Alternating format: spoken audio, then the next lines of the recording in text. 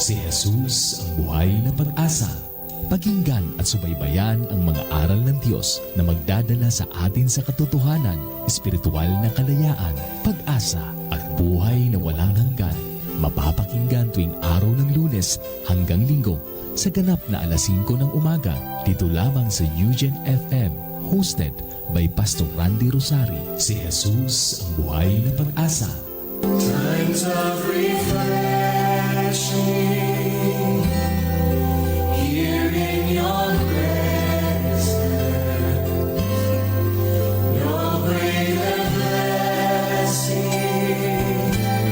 than being with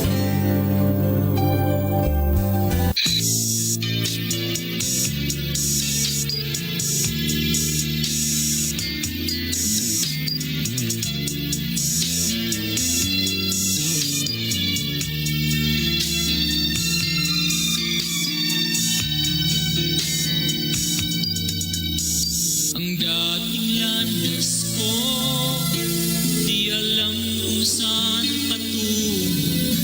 Puso at isip ko, litong-lito. Ngunit ikaw, Jesus, ang sa'kin nagbigay gabay. Inakay mo ako sa landas ng buhay. Ang puso ko'y gagalak na magpuri sa ngalan mo. Ang himig ko'y laging laan sa pagsamba lamang sa'yo. Tunay ang dakila ka, O Diyos, sa buhay kong ito. Kaya't walang hanggang papuri ang alay ko sa'yo.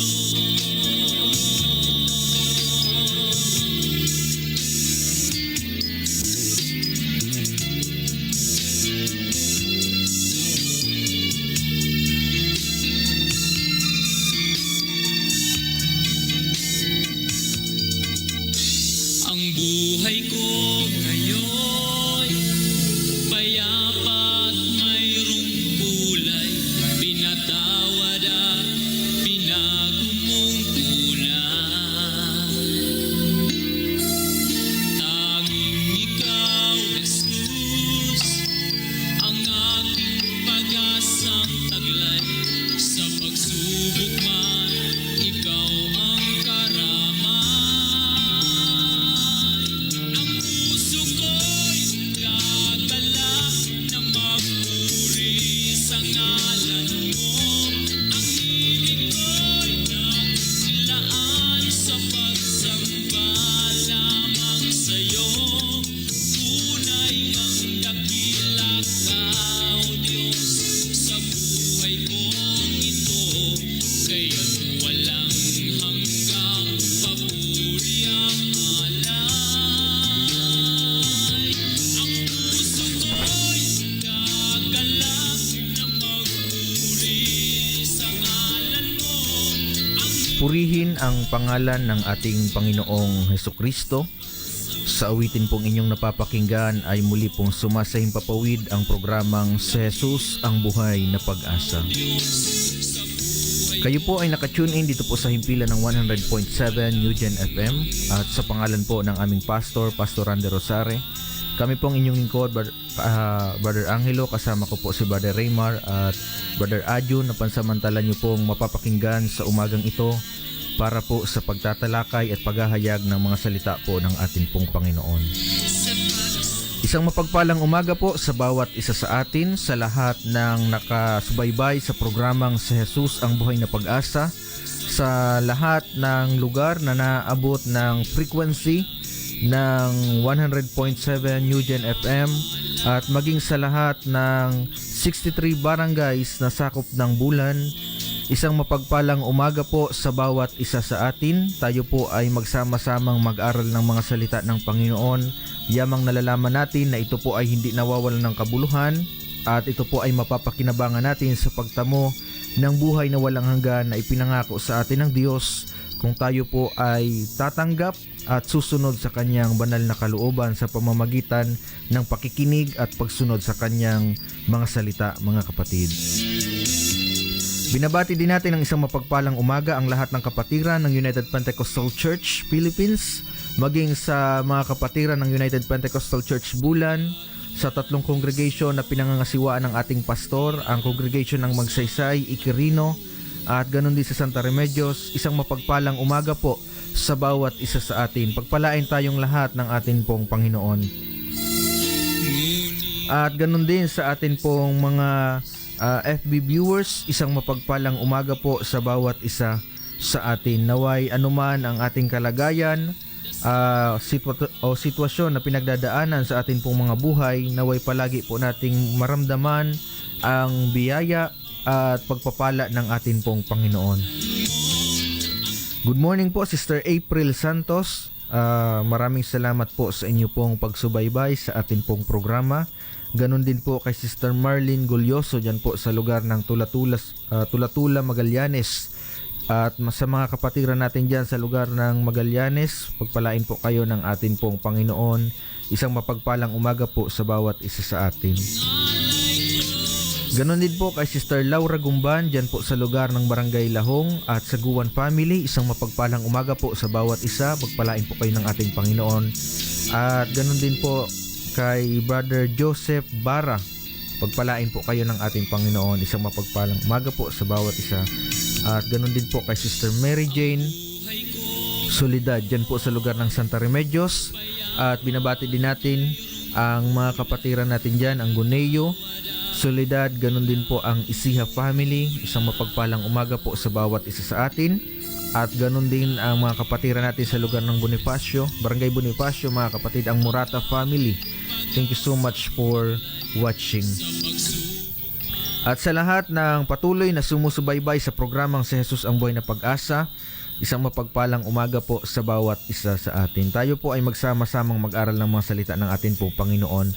At patuloy din po nating ipinag-aanyaya ang mga schedule po ng atin pong mga pagsamba at mga pagtitipon. Kung kayo po ay napagpapala ng mga salita ng Diyos, inaanyayahan po namin kayo na dumalo sa amin pong mga pagtitipon, mga kapatid. Kung kayo po ay malapit sa lugar ng Barangay Iquirino, ang atin pong panambahan dyan ay matatagpuan po sa welcome ng Barangay Iquirino sa may paakyat na kalsada. At ang gawain dyan ay ginaganap tuwing araw ng Sabado at nagsisimula ng alas 8 ng umaga.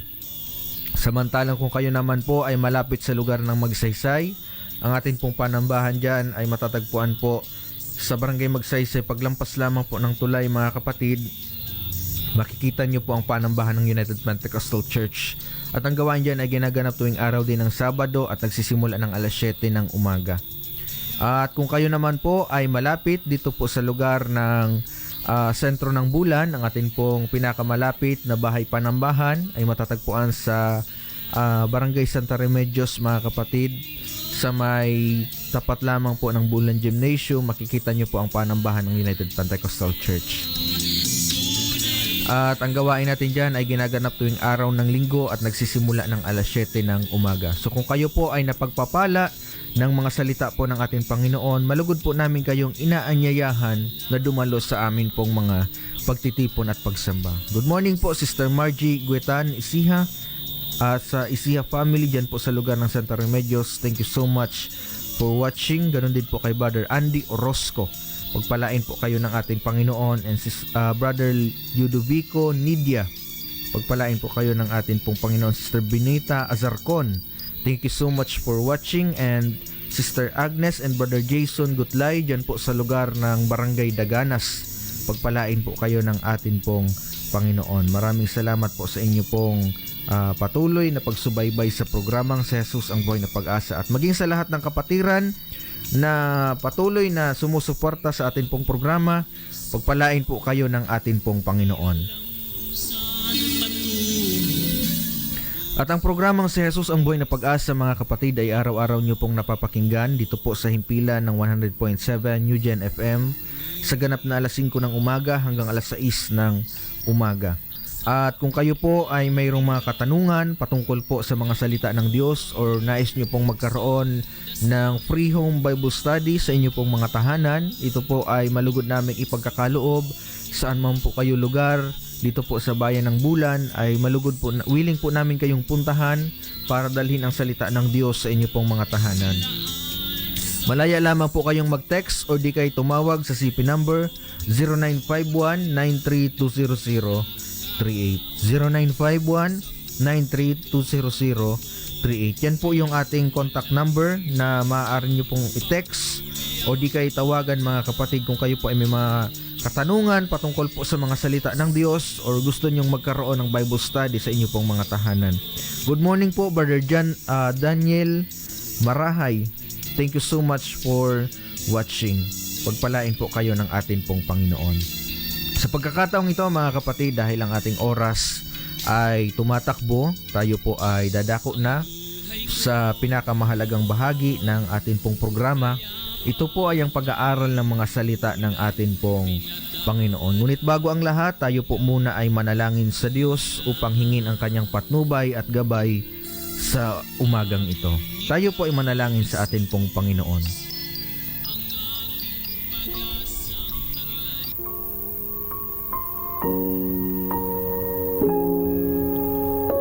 Dakilang Diyos na makapangyarihan sa lahat, pinupuri ka namin at pinasasalamatan sa umagang ito, Panginoon. Maraming salamat sa panibagong umaga na ipinagkaloob mo sa amin at sa pagkakataon na muling makapaghayag ng iyong banal na salita. Dalangin namin na abutin mo sa pamamagitan ng iyong banal na salita ang sinumang nakakaranas, Panginoon, ng kawalan ng pag-asa. I-encourage mo ang bawat isa sa amin sa pamamagitan ng pag-aaral ng iyong salita, Panginoon, at bigyan mo ng kalakasan ang sinumang pinanghihinaan ng loob. At ganun din, Panginoon, sinumang nakakaranas ng karamdaman, iyo pong pagalingin sa mga oras na ito. Sa sinumang taimtim na nakikinig sa programang ito, ikaw ang Diyos na kumilos at pagpalain mo ang bawat isa sa amin. Gabayan mo, Panginoon, ang iyong mga lingkod na gagamitin sapagkat tunay na saga ng aming sarili, wala kaming kakayanan kung hindi mo kami sasamahan, Panginoon. Sa iyo namin tinataas ang lahat ng papuri, pagluwalhati at pagsamba sa tanging pangalan mo lamang, Panginoong Hesus. Amen and Amen.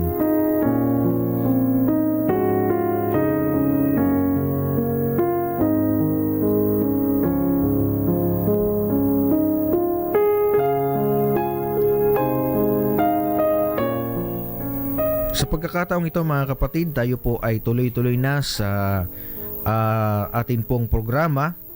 And by this time mga kapatid, kung kayo po ay mayroong banal na kasulatan, ay malaya po kayong magsipagbukas o malaya nyo po kaming sabayan sa amin pong pagbabasa ng mga salita po ng atin pong Panginoon. If you have your Bible, please turn your Bible mga kapatid in the book of Esther, chapter 4, verse 14. Mga kapatid, ganito po ang ating mababasa. Sapagkat kung ikaw ay lubos na tumahimik sa panahong ito, ay magtataglay nga ng katiwasayan at kaligtasan ang mga Hudyo sa ibang dako. Ngunit ikaw at ang sambahayan ng iyong magulang ay mapapahamak. At sinong nakakaalam na kung kaya ka pinasapit sa kaharian ay dahil sa bagay na ito? Amen. Sabi sa ating binasa, sapagkat kung ikaw ay lubos na tumahimik sa panahong ito, ay magtataglay nga ng katiwasayan at kaligtasan ang mga Hudyo sa ibang dako. Ngunit ikaw at ang sangbahayan ng iyong magulang ay mapapahamak. At sinong nakaalam na kung kaya ka pinasapit sa kaharian ay dahil sa bagay na ito. So, pagpalain ng Panginoon ang kanyang banal na salita, mga kapatid. Sa talatang ating binasa, ito po ay patungkol sa buhay ng isa sa mga pinakasikat na Bible character sa Bible, mga kapatid, na si Queen Esther. So, pag-aaralan natin ang short story, mga kapatid, ni Queen Esther. Kunin lang natin yung pinaka-highlight sapagkat mahabang story ito, mga kapatid. So, hindi na natin tatalakayin yung detalye, mga kapatid, dahil mauubos yung oras natin. Amen. So, si Queen Esther ay isang Israelite na nabihag kasama ang kanyang sambahayan at pinsan na si Mordecai, mga kapatid, na tumayo niyang ama sa kanya sapagkat siya ay isang ulila, mga kapatid. So, si Esther ay dinescribe ng Bible bilang maganda at mabait, na kung saan according to Esther chapter 2 verse 15, mga kapatid, lahat ng tao ay napapatingin sa kanya, mga kapatid. Sabi ng Esther chapter 2 verse 15, she obtained favor in the sight of all men that looketh upon her. So, ganun kaganda si Esther, mga kapatid, that every sa bawat tao, mga kapatid, na tumitingin sa kanya ay nagkakaroon siya ng favor, mga kapatid. Isang araw, nagkaroon ng pagpapatawag ng mga babae sa Persia, sa kaharian ni King Ahasuerus, mga kapatid, para maghanap ng papalit na reyna kay Queen Vashti. Amen. So, si Queen Vashti ang dating reyna ng Persia, mga kapatid. And dahil sa kanyang pagsaway sa utos ng hari, siya po ay pinalitan. So, inalis siya dahil hindi niya sinipot yung pagpapatawag ng hari sa kanya upang iharap siya sa mga prinsipe at iba pang mga opisyal ng kaharian, mga kapatid. At ito ay nagdulot ng pangamba sa hari at sa iba pang opisyal, dahil baka kapag nalaman ito ng lahat ng babae sa kaharian ng Persia, mga kapatid, ay magkaroon sila ng rebellion sa kani-kanilang asawa. So, ang ginawa ni King Ahasuerus, tinanggal si Queen Vashti bilang reyna, mga kapatid, dahil sa hindi pagsipot sa panawagan na dumalo sa piging ng pagtitipon para iharap siya sa mga tao. So, ano yung significance nito sa ating spiritual na buhay, mga kapatid?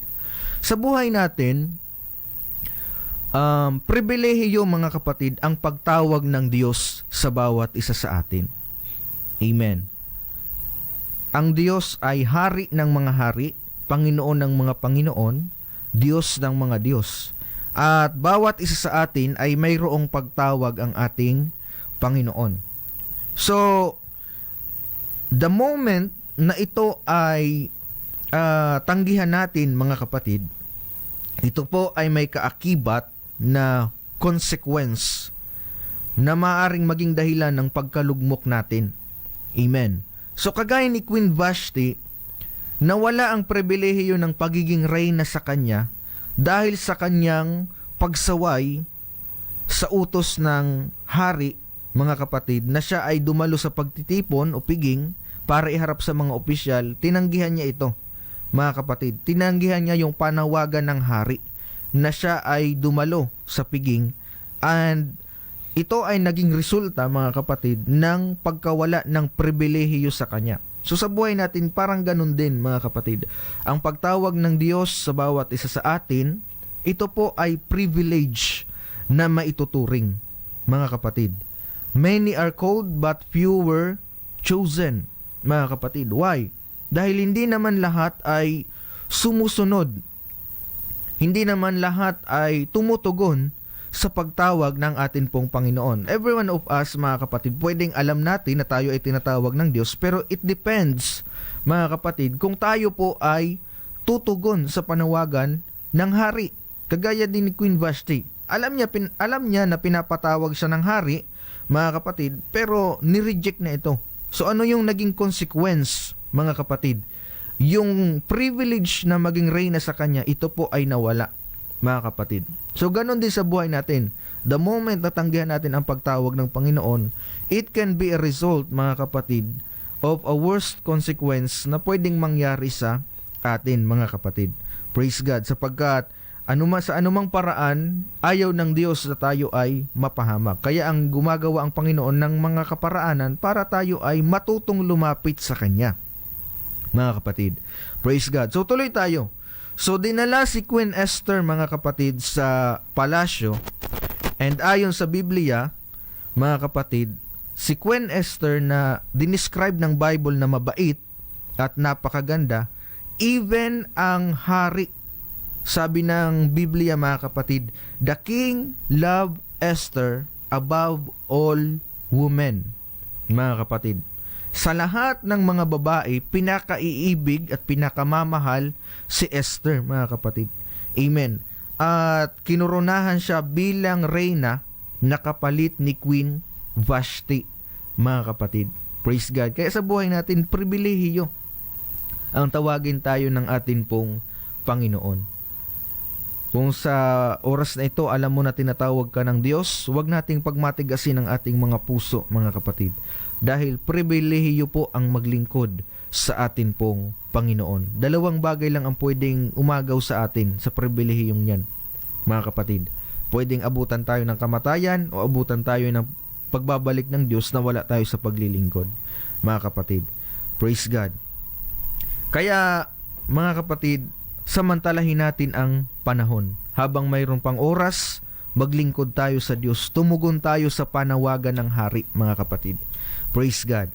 So, wag nating pairalin yung pride kagaya ni Queen Vashti. Amen. Wag nating pairalin yung pride, kundi pairalin natin yung humbleness, mga kapatid. Kagaya ni Esther, nung nabagamat siya ay mayroong mga katangian na masasabi nating quality, characteristics, mga kapatid, pero hindi yun nagdulot sa kanya ng pride. Kundi nung nalaman niya na nagpapatawag ang hari ng mga babae sa kaharian, hindi siya nag-atubiling pumunta, mga kapatid. Na-maintain niya yung spirit of humbleness, mga kapatid. Hindi kagaya ni Queen Vashti na umiral sa kanya yung pride. And naging dahilan ang pride para yung privilege na maging reyna sa kanya ay mawala. Ganon din sa atin. Pwedeng mawala yung mga blessings sa atin dahil sa mga pride na mayroon tayo, mga kapatid. Amen. So, we need to have the spirit, mga kapatid, na kagaya ng spiritong mayroon si Queen Esther, na mayroong humble spirit, mga kapatid. Praise God. So, dinala si Queen Esther sa kaharian, and later on, maging ang hari ay, nagkaroon ng malalim na pagtingin sa kanya at kinurunahan siya bilang hari, bilang reyna ng Persia na kahalili o kapalit ni Queen Vashti, mga kapatid. Kaya lang, mayroong malaking problema. Amen. Hindi alam ng hari na si Queen Esther ay isang Hudyo. Hindi alam ng hari na si Queen Esther, mga kapatid, ay isang Israelita. At hindi niya ito masabi dahil pwede siyang ipapatay, mga kapatid, the moment na ito ay malaman ng hari.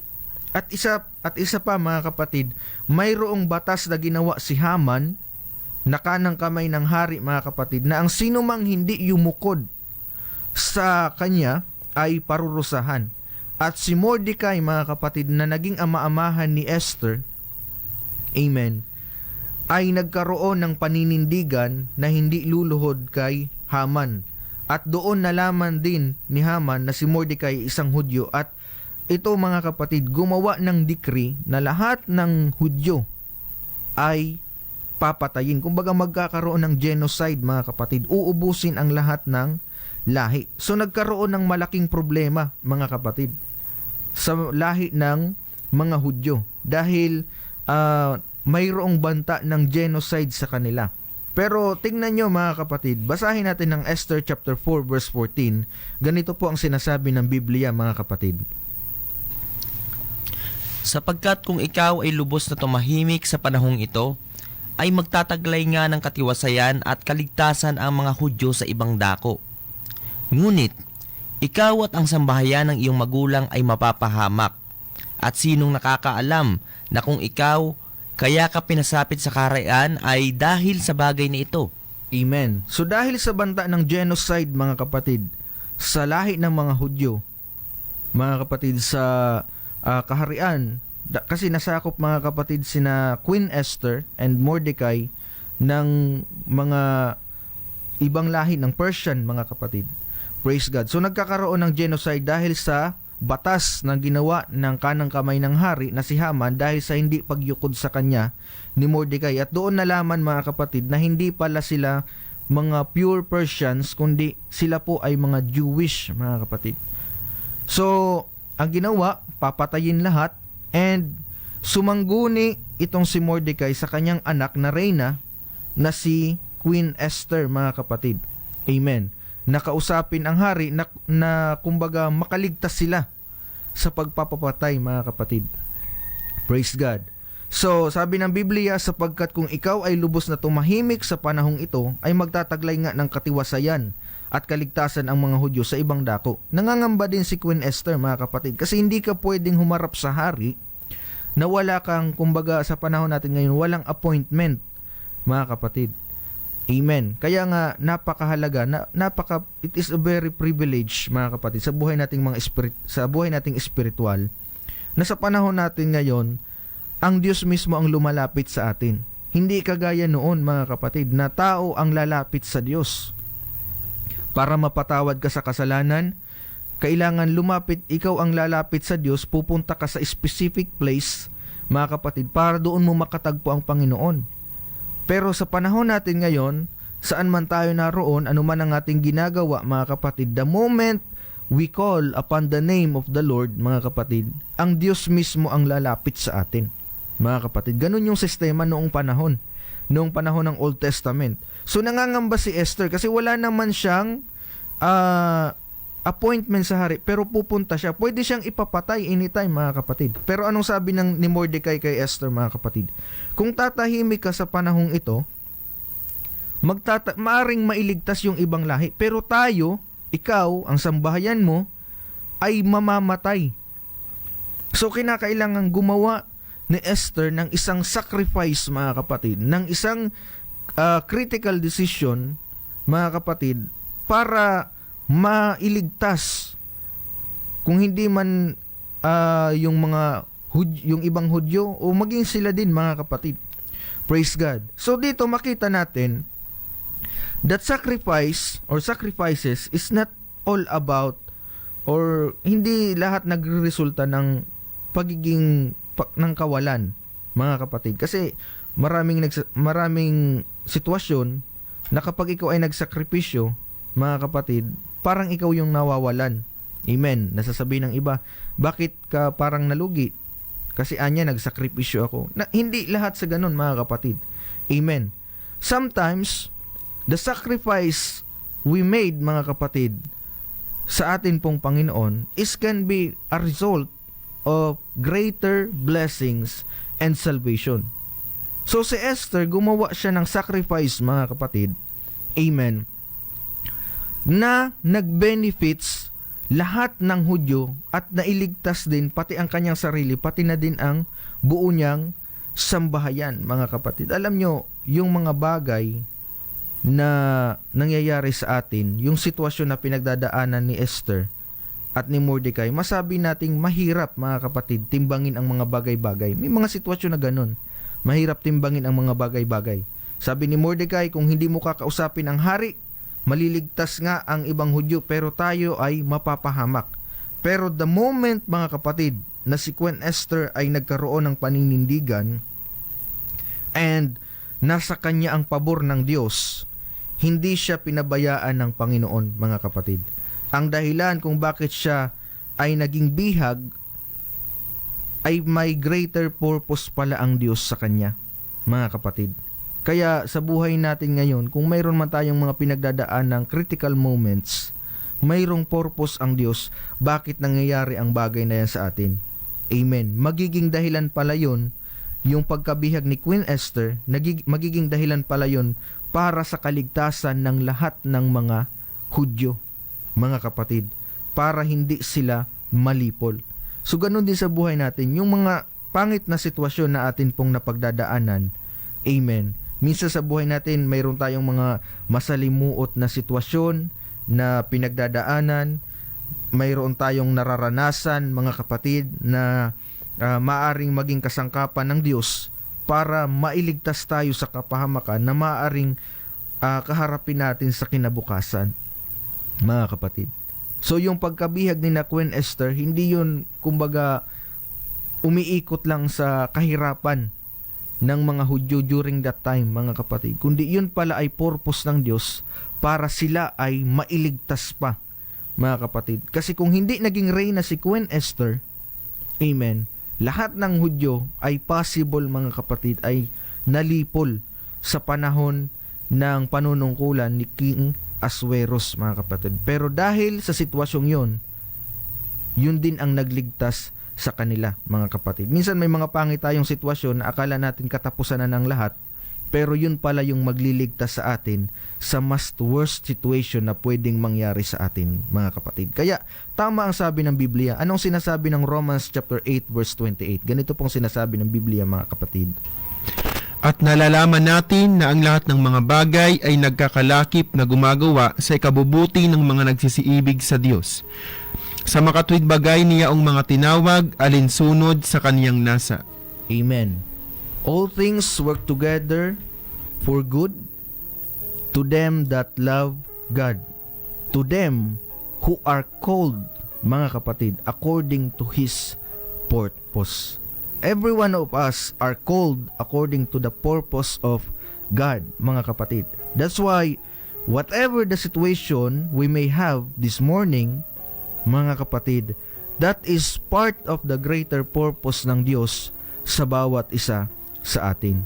All things work together for good. Maybe we are in the situation na ini-enjoy natin yung blessing that is happened for good. And maybe we are in the situation na mayroon tayong problema, mayroon tayong pinagdadaanan, mayroon tayong karamdaman that is also happened, mga kapatid, for our good. Kagaya ni Esther, mga kapatid, hindi sa panahon ng Old Testament, hindi madali na maging bihag ka. Hindi madali na maging captured ka, mga kapatid, o mabihag ka ng ibang lahi dahil pwede kang pahirapan, mga kapatid. Pero yung pagkabihag pala yon ang magsisilbing promotion ni Queen Esther, mga kapatid. Amen. At hindi lang yun, para mailigtas din ang buong lahi ng mga Hudyo. Kaya may pabor ang Diyos sa bawat isa sa atin. Even at our darkest moment, mga kapatid, mayroong pabor na ginagawa ang Diyos sa bawat isa sa atin. Mayroong pabor na binibigay ang Diyos sa bawat isa sa atin. Ang kinakailangan lang natin, mga kapatid, sumunod sa panawagan ng Diyos. Kasi kung si Queen Esther hindi siya sumunod sa pagpapatawag ng hari sa kaharian, hindi siya mapupromote, mga kapatid. Hindi siya mapupromote into a queen. Hindi kagaya ni Vashti, mga kapatid, na nasa kanya na ang lahat, pero nung nagkaroon ng pagpapatawag ang kaharian, nagkaroon ng pagpapatawag si King Asweros sa kanyang kaharian, hindi siya pumunta. Yung kanyang korona ay inalis sa kanya, mga kapatid. Pero si Queen Esther, nung nagkaroon ng pagpapatawag si King Asweros, hindi siya nag-atubiling pumunta. Naging masunurin siya, mga kapatid. Ganon din sa buhay natin. Amen.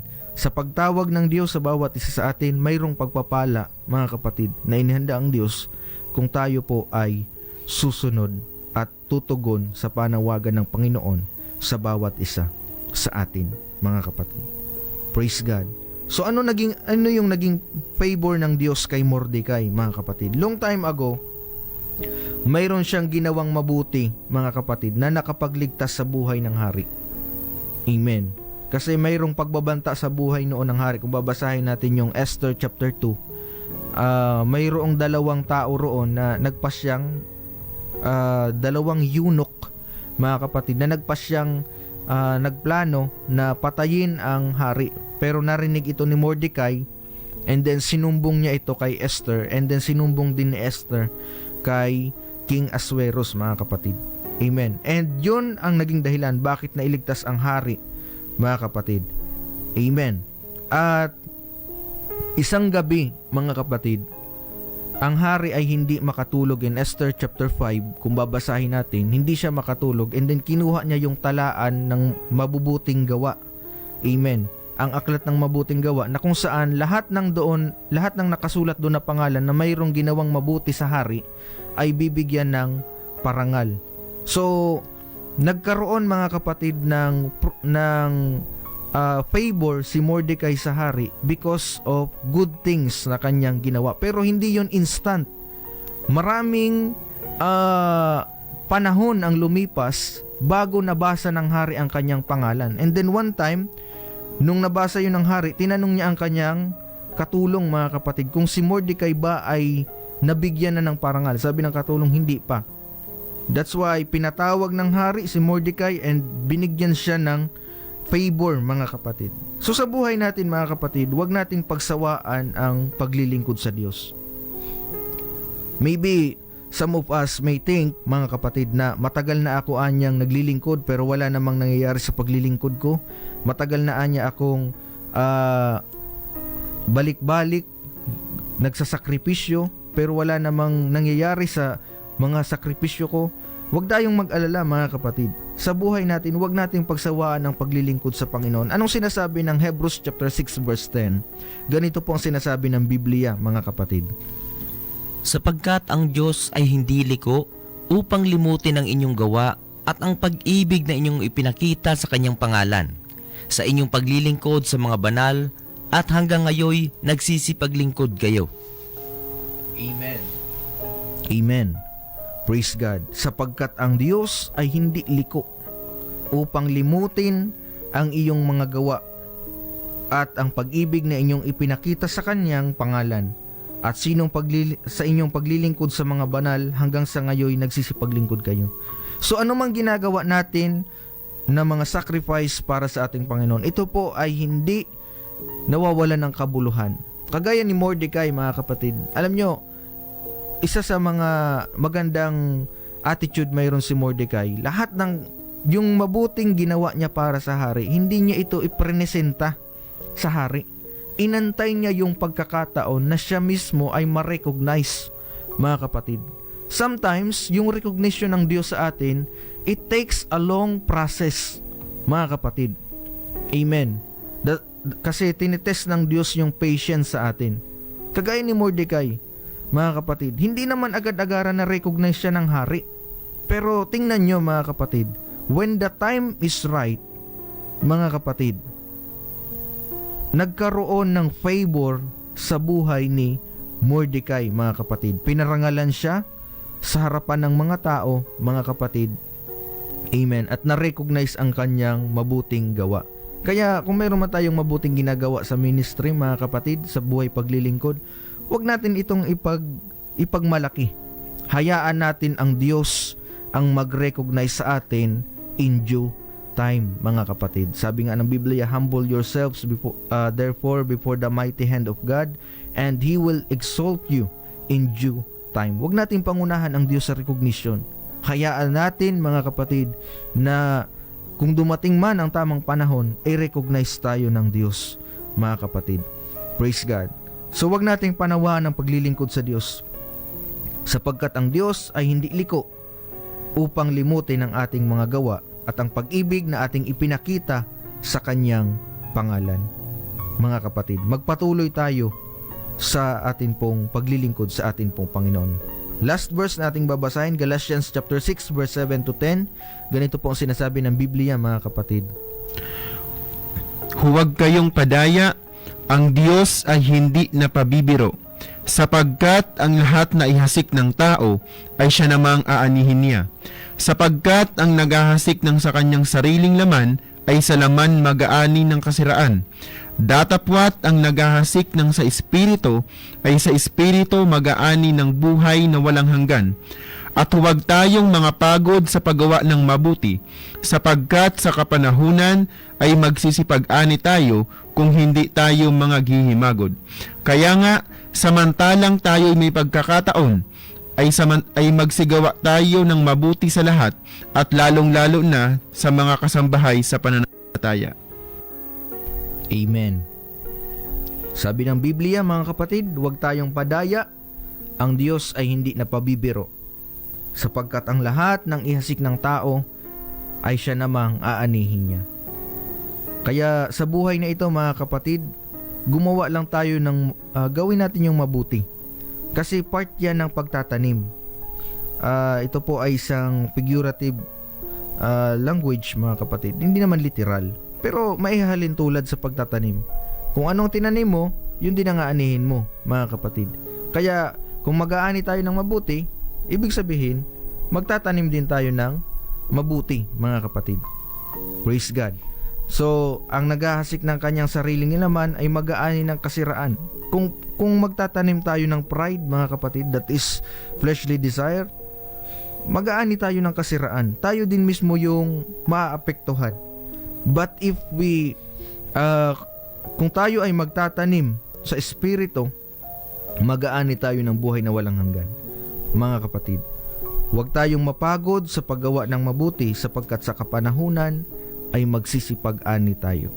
Mga kapatid, yung paglilingkod natin sa Panginoon, wag nating pangnawaan. May mga moments na gusto nating umalis, may mga moments na gusto nating talikuran because of disappointment, mga kapatid. Kagaya ni Mordecai, alam nyo, hindi naman sa lahat, mga kapatid, ng oras ay instant na ibinibigay ng Diyos ang ating mga kahilingan. It takes a very long process, mga kapatid. Pero si Mordecai ay isang ehemplo, mga kapatid, ng pagkakaroon ng humbleness. Hindi niya present yung kanyang mabuting gawa, kundi hinayaan niya na dumating yung oras na ma-recognize siya ng hari. Hayaan din natin sa ating mga sarili na tayo ay ma-recognize ng Diyos. Huwag tayong mapagod sa paggawa ng mabuti sapagkat sa kapanahunan ay magsisipag-ani tayo kung hindi tayo maging himagon. Kaya nga mga kapatid, samantalang tayo may pagkakataon ay magsigawa tayo ng mabuti sa lahat, sabi ni Apostol Pablo, at lalong-lalo na sa mga kasangbahay sa pananampalataya. Praise God. Ano man ang ating itinanim, yun din ang ating aanihin mga kapatid. Huwag nating panawaan ang paglilingkod sa Diyos, huwag nating panghinayangan ang paglilingkod sa Diyos, sapagkat ito po ay good investment natin mga kapatid. Ito ang pinaka-safe na investment sa buhay na ito na hindi na mapapakinabangan din natin hanggang sa kabilang buhay mga kapatid. Praise God. So yan lamang po ang ating napag-aralan ngayong umaga at nawa kayo po ay napagpala ng mga salita po ng ating pong Panginoon. Sa pagkakataong ito, tayo po ay manalangin para sa ating pagtatapos.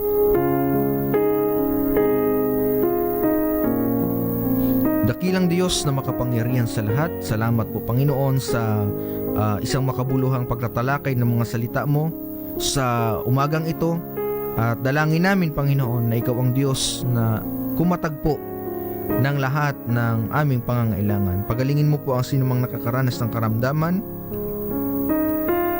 sinumang nakakaranas sa panghihina, iyong pong palakasin, at sinumang nakakaranas Panginoon ng kawalan ng pag-asa, iyo pong bigyan ng pag-asa, Panginoon. Sa iyo namin tinataas ang lahat ng papuri, pagluwalhati at pagsamba. Pagpalain mo po ang bawat isa na nakinig at sumubaybay sa programang ito, Panginoong Hesus. Sa iyo lamang po ang papuri, pagluwalhati at pasasalamat sa pangalan ni Jesus. Amen and amen.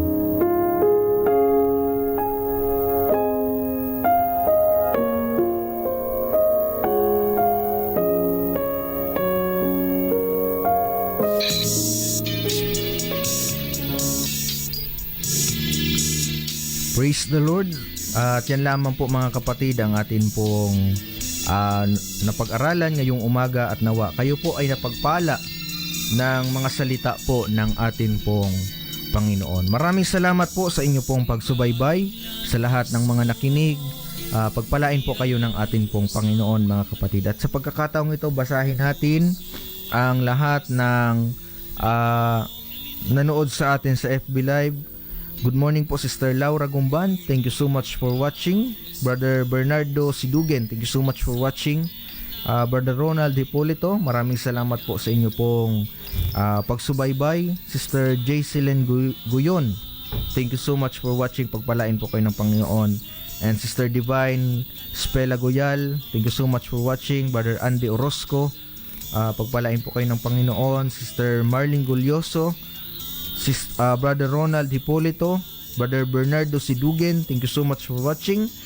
Brother Stephen Tejada, Sister Pen Tejada, Brother Daniel Marahay, Sister Margie Isiha, thank you so much for watching. Brother Ludvico Nidia, thank you so much for watching. Pagpalain po kayo ng Panginoon. Sister Agnes and Brother Jason, dyan po sa lugar ng Daganas, pagpalain po kayo ng Panginoon. Sa mga kapatiran natin dyan, sa lugar po ng Daganas, thank you so much for watching. Pagpalain po kayo ng Panginoon. Sister Mary Jane Solidad, thank you so much for watching. Sister April Santos, Brother Joseph Bara, pagpalain po kayo ng Panginoon. Sister Dolor Quezon, thank you so much for watching. Brother Andy Orozco, thank you so much for watching. At sa lahat mga kapatid ng sumubaybay sa programang Si Jesus ang Buhay na Pag-asa, hindi ko man po kayo maisa-isa pero alam ko na ang Panginoon ay patuloy tayong pagpapalain mga kapatid. Praise God. Maraming salamat po sa inyo pong pagsubaybay. Muli sa pangalan po ng aming pastor, Pastor Randy Rosari, kami pong inyong lingkod, Brother Angelo, kasama si Brother Raymar and Brother Ajon, na pansamantala nyo pong nakasama sa umagang ito. Tayo po muli ay sama-samang mag-aral ng mga salita ng Diyos sa mga susunod pa na pagtatalakay mga kapatid. Lagi po nating tatandaan, si Jesus lamang po ang ating buhay na pag-asa. God bless us.